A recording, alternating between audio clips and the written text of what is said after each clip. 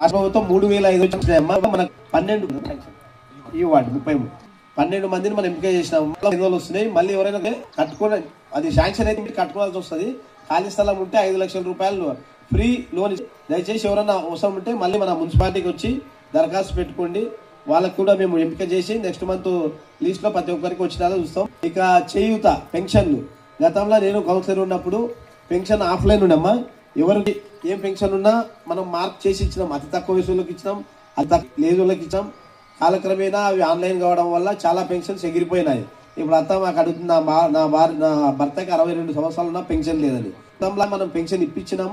అది చేనేత పెన్షన్ ఆయన ఇప్పుడు ఎలిజిబుల్ ఉన్నాడు. ఇప్పుడు అప్లై చేస్తే మనం నెక్స్ట్ వచ్చే చేయూత ప్రోగ్రాంలో వాళ్ళకి మేము పెన్షన్ ఇప్పిస్తాం. అయితే 2022 నుంచి భర్తలు చనిపోయినా వృద్ధాప్య పెన్షన్లు ఎక్కడ శాంక్షన్ కాలేదు ఆ గవర్నమెంట్లో.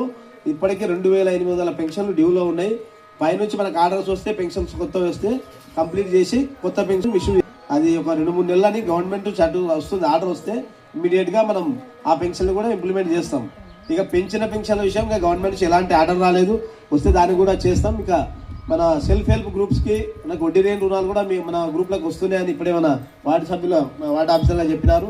అది ఇంకా ఏదైనా ఉంటే కూడా దాన్ని డిస్ట్రిబ్యూషన్ ఉంటే వచ్చి తీసుకురండి, దాన్ని చేస్తాం. ఇంకా ఏమైనా సమస్యలు అంటే మనకు drainage sir Mohan Rao sir ఒక డ్రైనేజ్ విషయం అడిగారు. కుంట వీధి 34 18.3 కోట్లు శాంక్షన్ అయినాయి సార్ యుఐడి ప్రాజెక్టు ద్వారా. ఈ ప్రాజెక్టులో ఏముందంటే మెయిన్ స్టామ్ వాటర్ డ్రైన్స్కి మెత్త క్రియాట్ వచ్చింది సార్. మనం దదరపల్లి ప్రగతి స్కూల్ అక్కడి నుంచి కుంట వీధిలో కలపడానికి మనకు అలాగే శాంక్షనింగ్ అయింది. టెండర్స్ ప్రక్రియలో ఉంది, దాన్ని కంప్లీట్ చేస్తాం. దానిలో భాగంగా చింతలపేటలో రోడ్ వైడింగ్ కూడా అందులో భాగంగానే వచ్చింది. దాని కూడా త్వరలో పనులు చేపడతాం.